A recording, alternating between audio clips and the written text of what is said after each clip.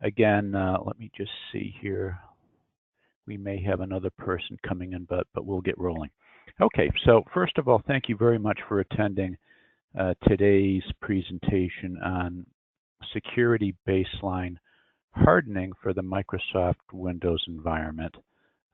We really focus on taking what is a very mundane but time-consuming and inherently risky task and making it simple and effective through some automation processes that are unique to our product. And that's what we'll focus on today. We'll talk a little bit about the challenges inherent in effectively hardening a server environment. And we'll talk a bit about how those map to compliance requirements, and then we'll roll into a screenshot demo of the product that's fairly comprehensive. And my objective is that by the end of this presentation, you'll have a good sense for how the solution, again, can help you save a lot of time and, without a doubt, bump up the depth and robustness of whatever security baseline you currently have deployed. Okay, so why hardening? You know, this is all motherhood and apple pie, but I think we all probably have a pretty good sense for why hardening is important. We'll kind of bounce through it here. Obviously essential for warding off targeted attacks. If you're able to decrease your surface attack area on most to all of your servers, then you have substantially limited opportunities for internal or external threats to gain a toehold in your environment from which they can launch an attack. And we have seen over history, not too distant history, that even major organizations are subject to attacks that are facilitated by perhaps insufficiently hardened server platforms. At Target, there were a number of steps that led up to the penetration and theft of user IDs, and 4 of the 9 attack steps were directly facilitated by unhardened Windows servers. At JP Morgan, hackers gained privileged credentials from an unhardened Windows server. I very, very frequently talk to clients and folks interested in our approach who will indirectly admit that they've had a breach that has been made possible by insufficient hardening of their server platforms. This goes on a daily basis. Most of it never hits the news because most of it doesn't involve Fortune 100 companies. It involves those of us who are perhaps with less well-known organizations, but nonetheless, these sorts of attacks can be equally damaging. So let's talk a little bit about the challenges. I'm sure we're all familiar with the compliance, the security benchmarks that drive many of our projects for server hardening, and certainly drive by virtue of, for example, the CIS benchmark specification of rules around hardening objects, that these drive specific activities to attempt to harden and make more secure our servers. And the security department will generally make it known to the IT folks what the requirements are around hardening.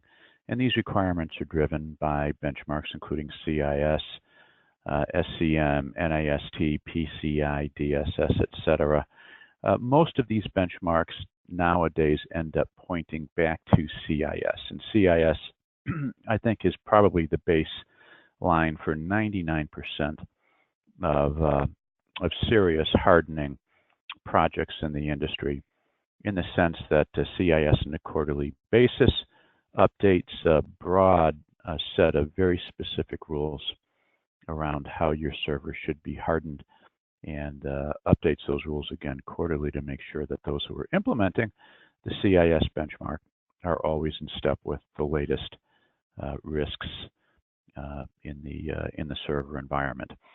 Those requirements are then, fed to the IT team, the ops department, who is responsible for taking those hardening requirements and deploying them to the servers. And typically nowadays we see organizations either doing this manually, which is a real headache, or quasi-manually by making use of Microsoft's GPO or System Center, and simply taking a generic security template and attempting to lay it down indiscriminately on the servers in the environment. And the issue with this approach, obviously, is that you can end up breaking things. You can disrupt servers because some of the target object rules are in conflict with existing server activity. This is where, if you're going to do things right, things can really be time consuming, because to avoid these sorts of disruptions, you end up having to set up server environments and tests that mimic your production server environments. You end up having to do some extensive modeling and testing and impact analysis. And even then, you're not assured of catching all of the potential impacts of deploying a security policy, because you can never fully mimic your production site activity in a test environment. It's for these reasons primarily that we find when we go into an organization that most enterprises are currently enforcing a benchmark such as CIS to the tune of 25 to 30% of the recommended objects to be hardened. Not a very good measurement. And again, this is why so many organizations today are still vulnerable to these sorts of attacks. So again, why? Very, very difficult to understand when you're using a tool such as GPO, or doing manual analysis and promotion. Very hard to understand what will be the impact on my servers and my applications when I deploy these hardened objects. So the natural response is to pull back and be very conservative in their deployment. Almost impossible to create using GPO, to create granular security policies which are based on specific server roles, such as, a policy for my domain controllers, a policy for my SQL servers, a policy for my IIS servers, etc. When these various servers are all within a single OU or organizational unit, GPO doesn't get me there. And again, you end up having to do a tremendous amount of manual work to accommodate those different policies for the different roles. And then finally, once you have gone about hardening to the extent that you can harden, you have issues around maintaining this hard-won, hardened position. Your assumption is that things aren't going to change, but unfortunately, security configuration drift is very common. And a half a year after you harden, you come back with your auditors and discover that indeed things have changed, and the hardening process needs to be tackled over again.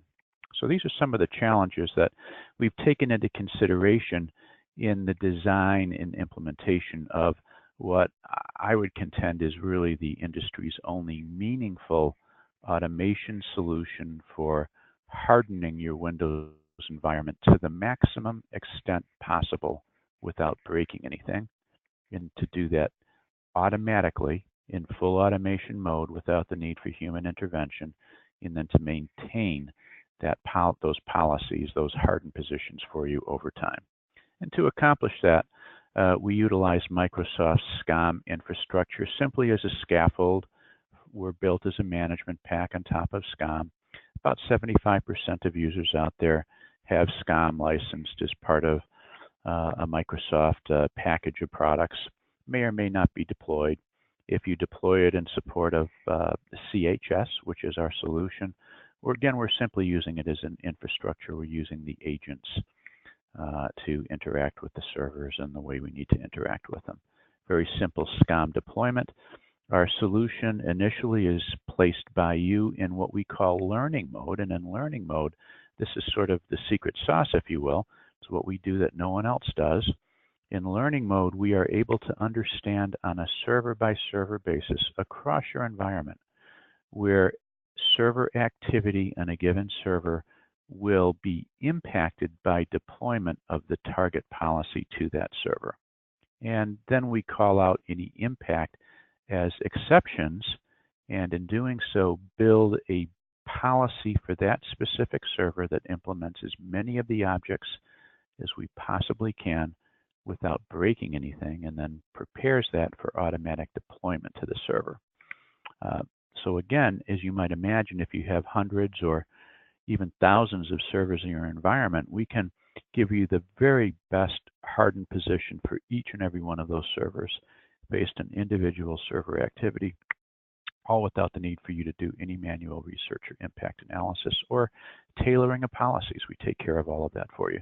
Once we've created the policies, we automatically place those in enforcement mode on the servers. So we implement the policy, and then in enforce mode, we will actively ensure that anytime someone attempts to make a change to a policy object on a given server, that it is immediately in real time reverted back to its hardened state, and a message is sent to those responsible letting them know that this attempt has been made, which plays hand in hand with the monitoring capability.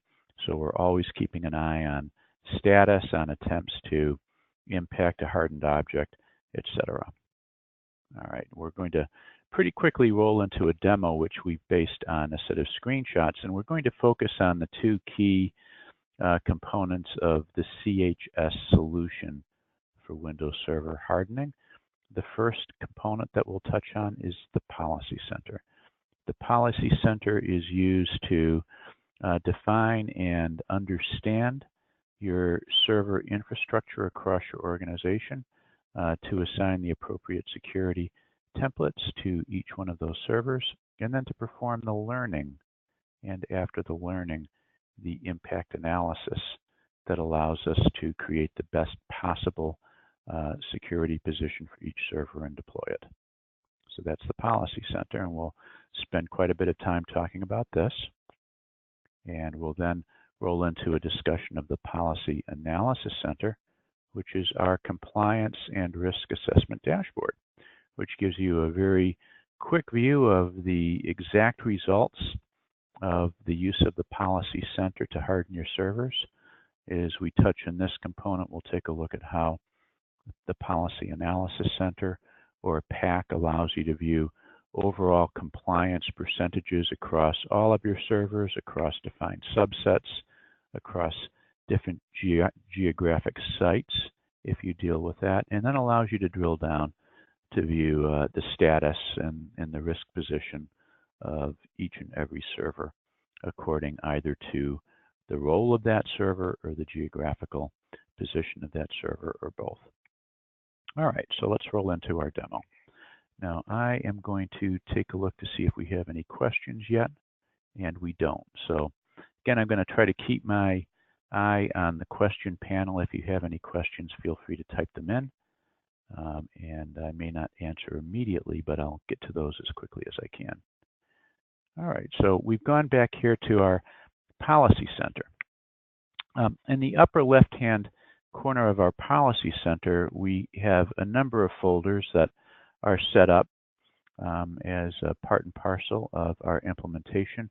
And if we click on the folder CHS Computers, we're given a simple list of all of the servers that are currently being hardened or are under observation by CHS. And we're going to, during this demo, we're going to focus on a couple of specific servers, one of them being a domain controller.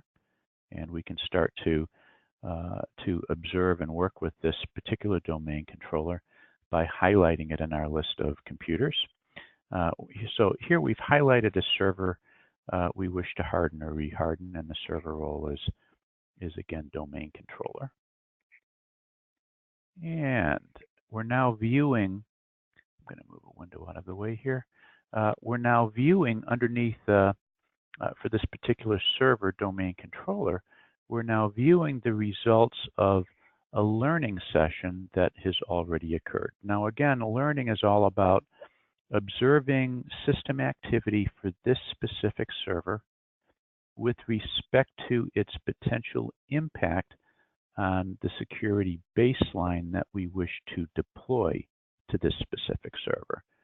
So we have different templates representing different security baselines, we have a template specifically for domain controllers in the Windows 2012 server environment. And indeed, this particular domain controller that we're hardening is a 2012 domain controller. So it falls underneath this template. And again, learning mode allows us to understand the impact of system activity for any given server, be it this domain controller, be it this test machine, the impact of system activity on the intended policy over time. So we might choose to learn for a day, a week, a month. The objective is we want to observe that server for activity long enough to ensure that we're picking up on all meaningful activity that might be impacted by deployment of our security template for domain controllers. On the right-hand side, and we'll drill into this now, we see the results of this learning activity. And our first column shows us, by the way, nicely broken down by section, all of the objects that our security policy for domain controllers suggests that we harden. And all of these objects and policies are pulled from the CIS benchmark. So we provide these templates for you pre-built and ready to deploy in learning mode so that you can move them to your servers as quickly as possible. We see for each object, and by the way, going back here, our objects are also broken down by logical section or category. We have system access objects, we have user rights assignment objects, etc. Okay, and then for each object, our two most important columns are the column labeled mark, which is right here, and the column labeled match. And true value in our match column indicates that our expected value, the target value for this policy's object, matches the actual value currently in effect in that server, which means in effect we're already hardened for that object. We don't have to change anything. When we have a match, the value in our match column is true, which simply indicates that we have a match. And we'll talk a little bit about what mark means in a minute. Here we have a different value in our match column. Here we have an expected or target value for our policy for maximum password age of 90 days. We can see that our actual value is only 42 days. Our impact analysis based on our learning gives us a yellow false. What the false means is that we don't have matching values. Now, if we don't have matching values and we promote the target value and overwrite the current value or actual value, two things can happen. One, it won't have an impact in operations, or two, it will have an impact in operations. If we have a mismatch and there's no impact in operations from making the change, we give you a yellow in the match column. Okay, so we're not going to disrupt server operations. In both the previous case and this case, we're going to put a check mark in the box in our mark column. And what that check mark means is that it is okay to either change the value or lock down the value, harden the value, in either of these two cases without any fear of disrupting server operations. Okay, so these are okay to go values. All right, now here we have our third possibility, which is that we have an expected value for administrator account name of David. Our actual value is administrator. Right? And what we have determined during the learning process, and we'll drill down on this a bit, what we've determined during the learning process is that if we were to change our current value, which is administrator, to the desired or expected value per the policy, which is David, something's going to break. And in this case, whenever something is anticipated to break, our match is obviously false, and the color is red. and we then do not check the box in the marked column, meaning that the default is we are not going to make this change when we promote this tailored best case security policy to the server. Okay. All right. Again, after learning mode, the objects that are automatically checked off by the system in our marked column are all of those objects that can be hardened with respect to the policy without disrupting server operations. The unchecked objects will be left unmarked, will not be changed. And you can then take some action if you wish to, either by calling those unchanged objects out as exceptions, and we'll talk about how you can do that so that your auditors know why they haven't been, those objects haven't been implemented, or by closing the gap, going out and remediating the situation so that you can bring the actual value in line with the expected value for that object. All right. Now, another column that's worth mentioning is our RSOP column, which simply indicates, in this case, that GPO is active against the server, and GPO is actually already enforcing a few of the actual values, not the target values, but the actual values. And we see GPO activity. What GPO is doing here is every 90 seconds it's going out and it's checking to be sure that the actual value hasn't changed. And if it has changed, then GPO reverts to the desired value, the actual value. What we're being told here, the meaningfulness of this is what we will do, obviously, as I mentioned, is once we've hardened, we are going to report on any attempts to change values that we've hardened.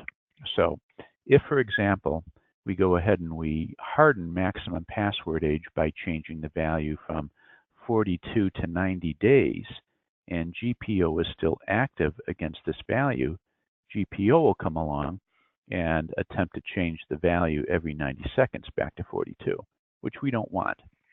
Right? So by seeing these indicators, we can then go out to GPO and know to deactivate GPO so that we're not generating a lot of noise in the system.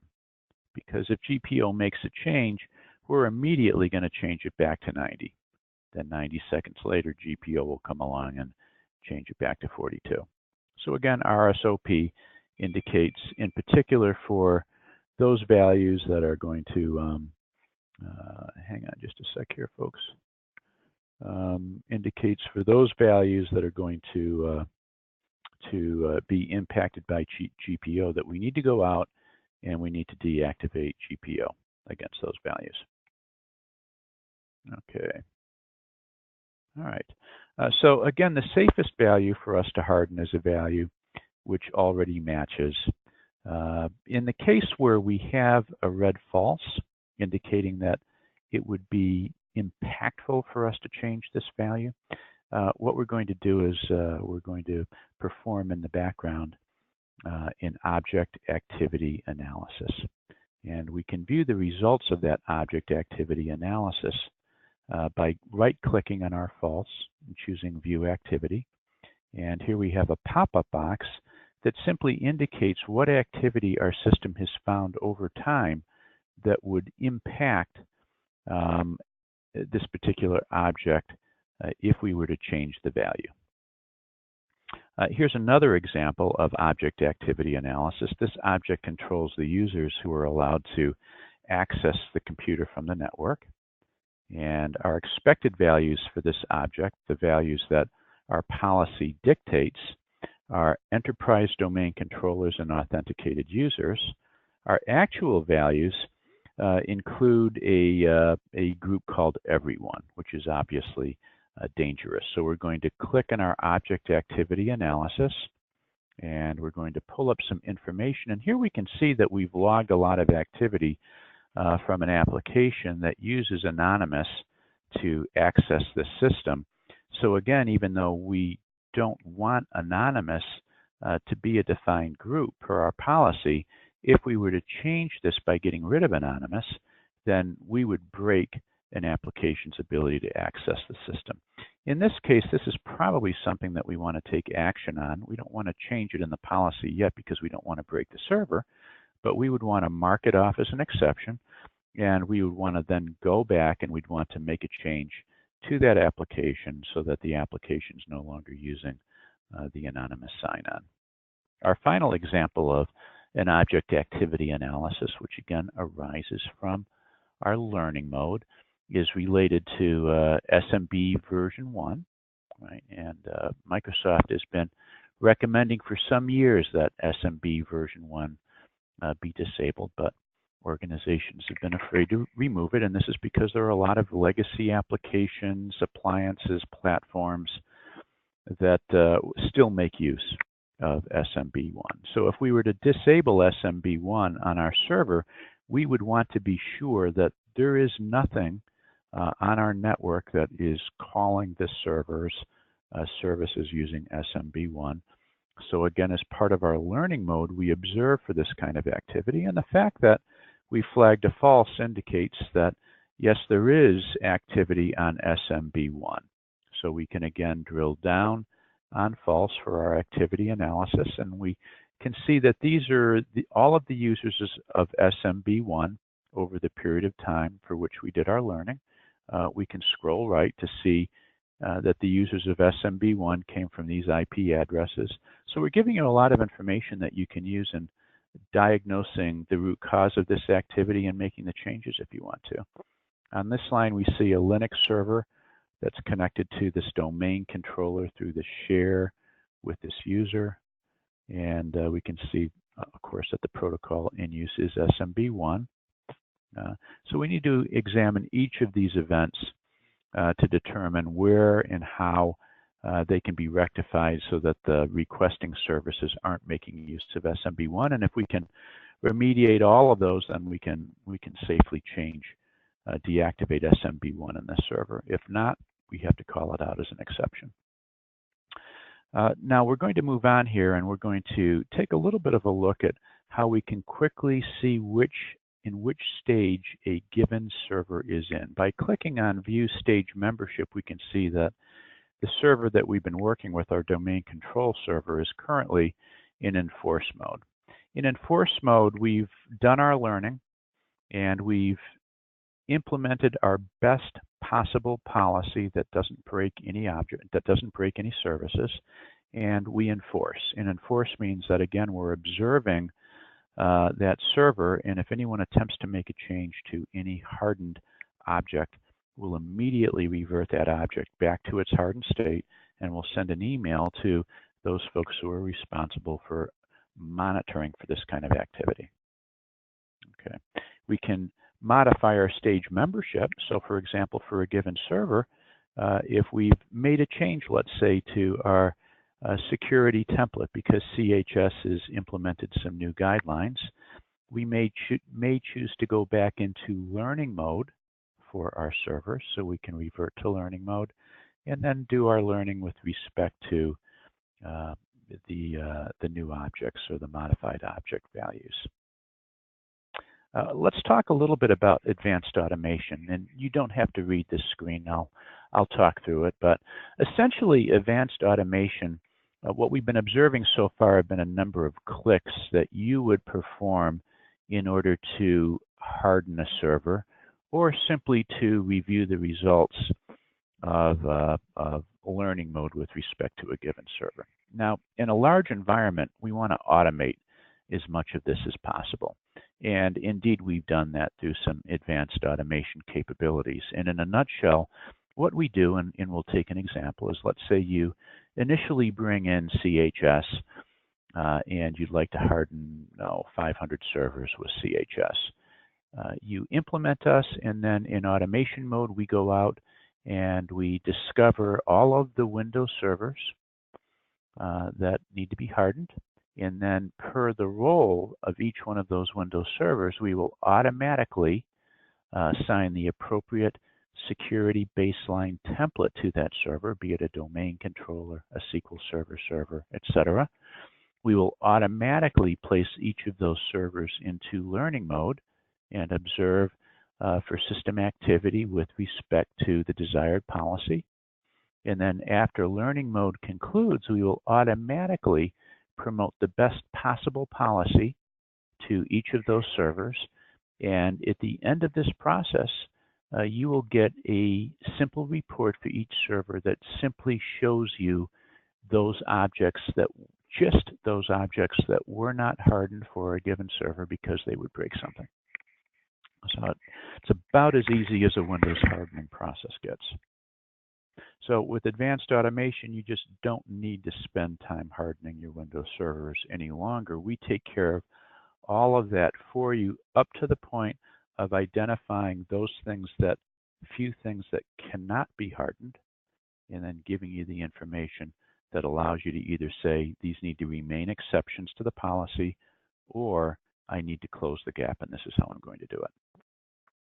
Okay, we're going to briefly breeze through this. This gives a very quick example of how we monitor and revert to desired values in real time.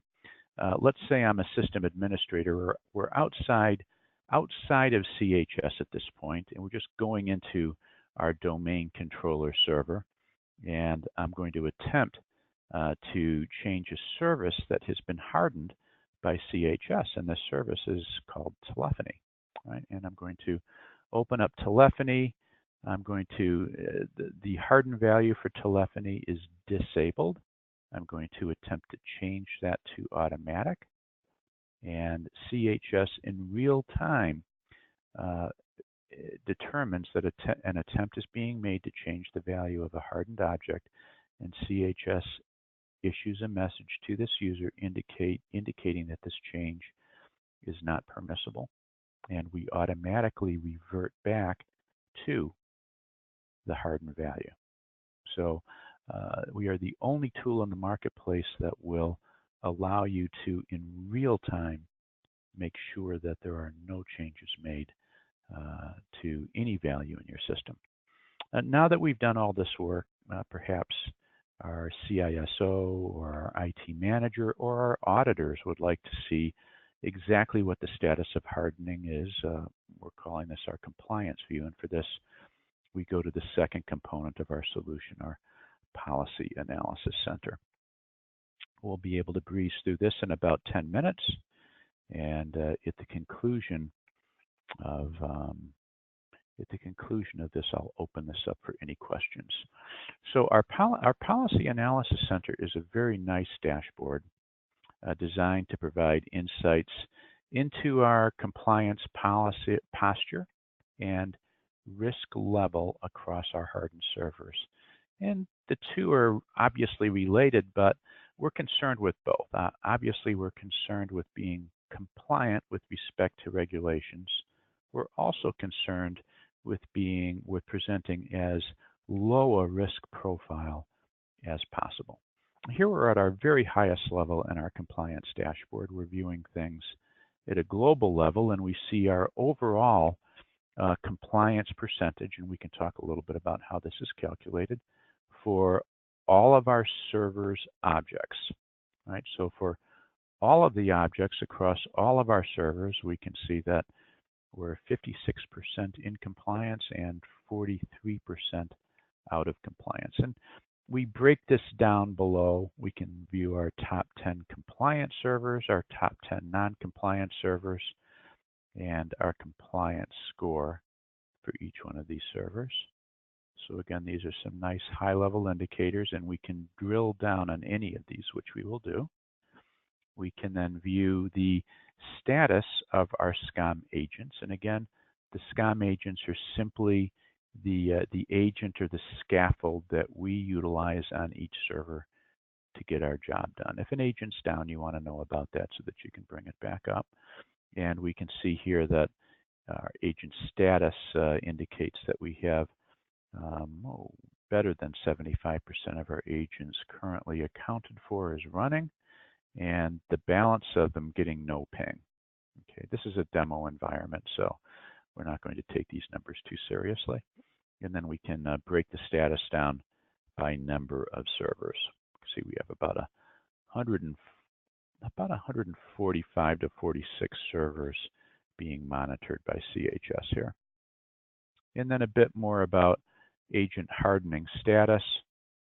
We can see which servers are in force mode, learning mode. We have Linux learning mode, and then again, we have this broken down below.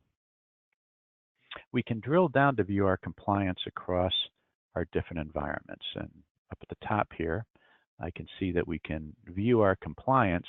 Well, first on the left-hand side, let me talk about our column on the left. I can see that we can, by drilling down, we can view overall compliance percentage for any of our server types. And again, a server type in the CHS world equates to a specific security policy for that server type. So we have domain controllers, we have Windows Server 2008 domain controllers, Windows Server 2012 domain controllers, etc. So for each of these policies, we can then view overall compliance for that policy, along with a number of other details. So we're going to use our Windows Server 2008 policy as the basis for drilling down into this dashboard a bit more. Within our 2008 policy, I'm sorry, let's move on. So here we see we've narrowed our focus to servers covered by this policy. Our pie chart now shows our total compliance just for these servers. We can see that for our 2008 servers, again, 55% are compliant, 44% are not compliant. And then we can see the specific servers listed for Windows 2008. We have two of them that fall into this category. We have the domain controller we've been working with, and we have a test server called SCOM Management.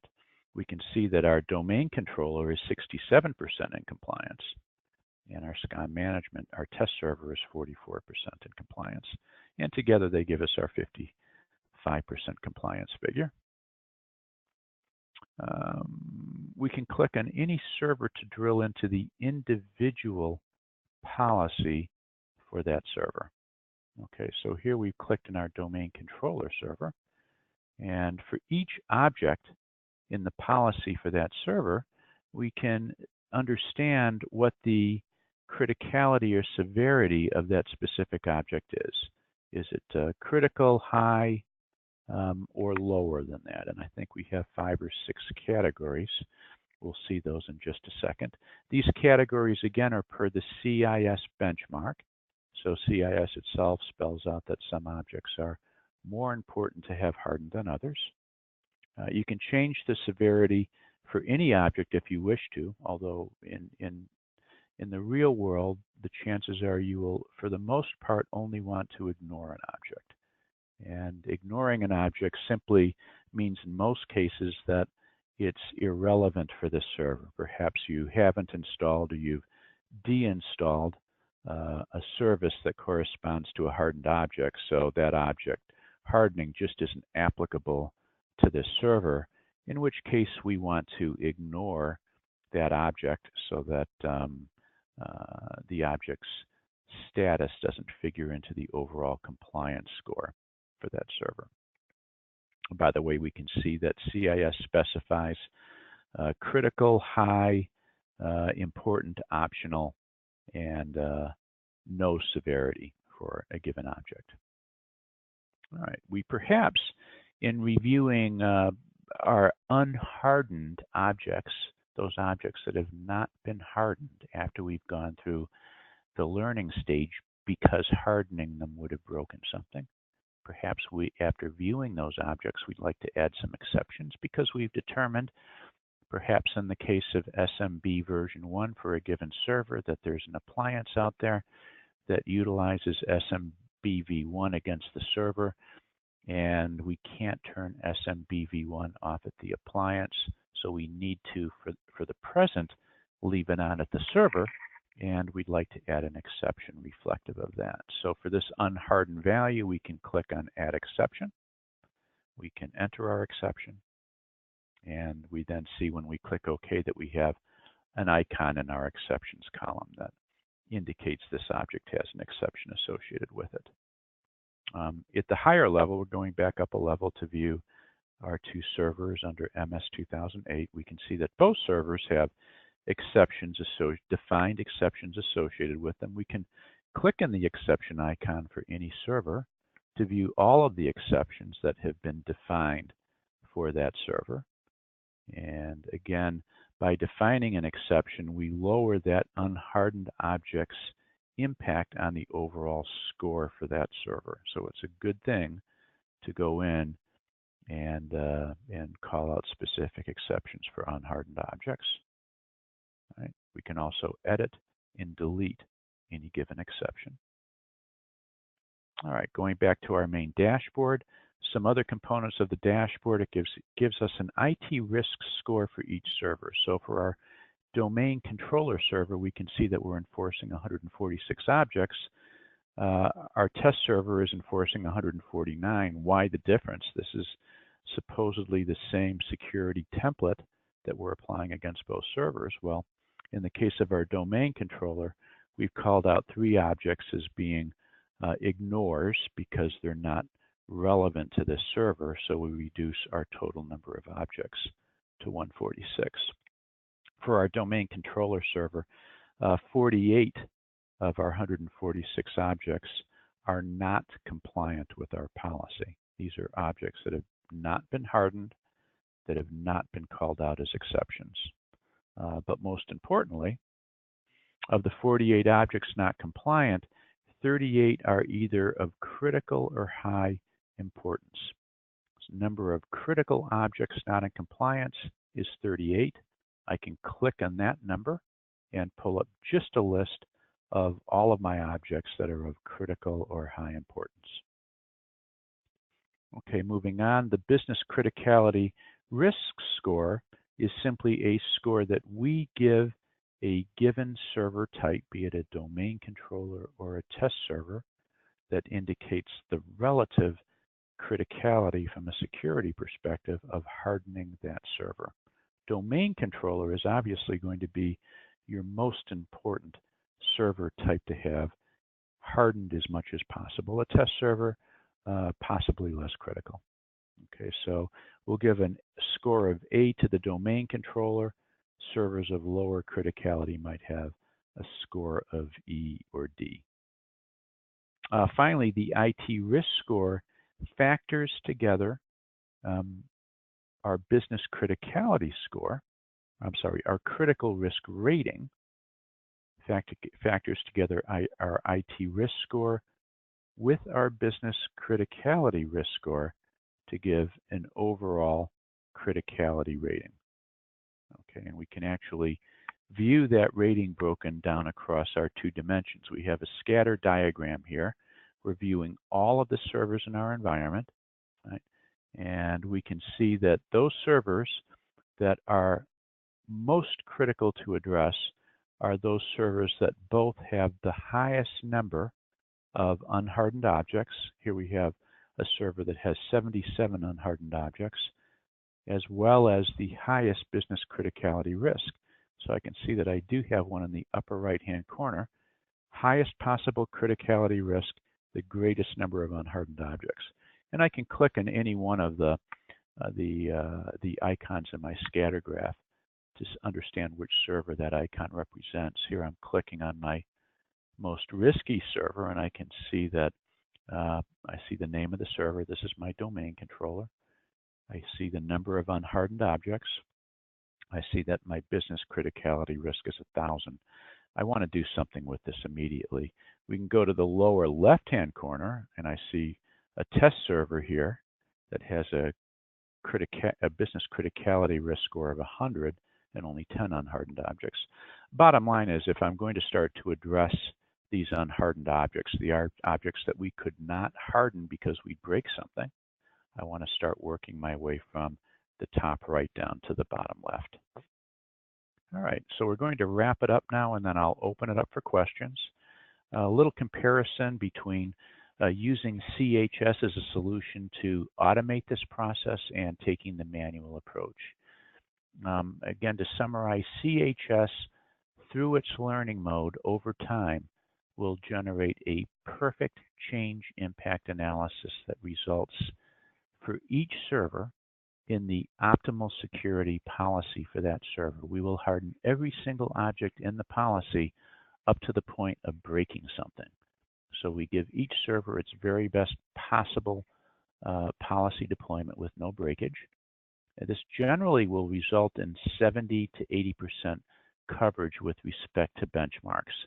What we typically see is coverage of 25 to 35% where folks are trying to use this manually or using GPO. With CHS, zero baseline drift over time.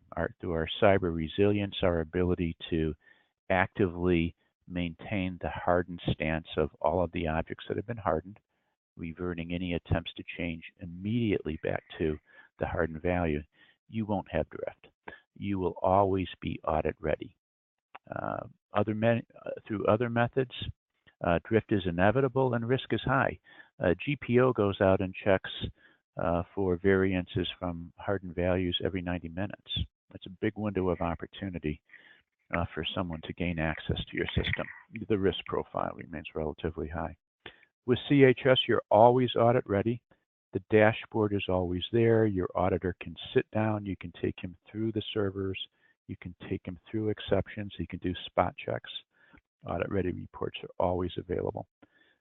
Using other methods, it's always dicey. It's always going to be a scramble to prepare a good audit posture and to generate the documentation to support that. With CHS automation, a very small investment of time leads to the best case hardening and sustainable audit ready posture. You get the system set up, and through our advanced automation, we will harden everything in your environment, in the Windows Server environment, up to its optimal status, that status being all of the objects hardened to the point where nothing breaks, and then calling out everything that hasn't been hardened and giving you the tools and the workflow to go through and understand which of those unhardened objects are most critical and to get those under control. Through CHS, we give you the optimal reduction in your attack surface. All other methods, the attack surface unfortunately remains relatively large because you simply don't have the time and resource to do the kind of impact analysis that's made possible through our solution. So that is today's presentation. What I'm going to do is I'm going to unmute our audience, and if anyone has questions, please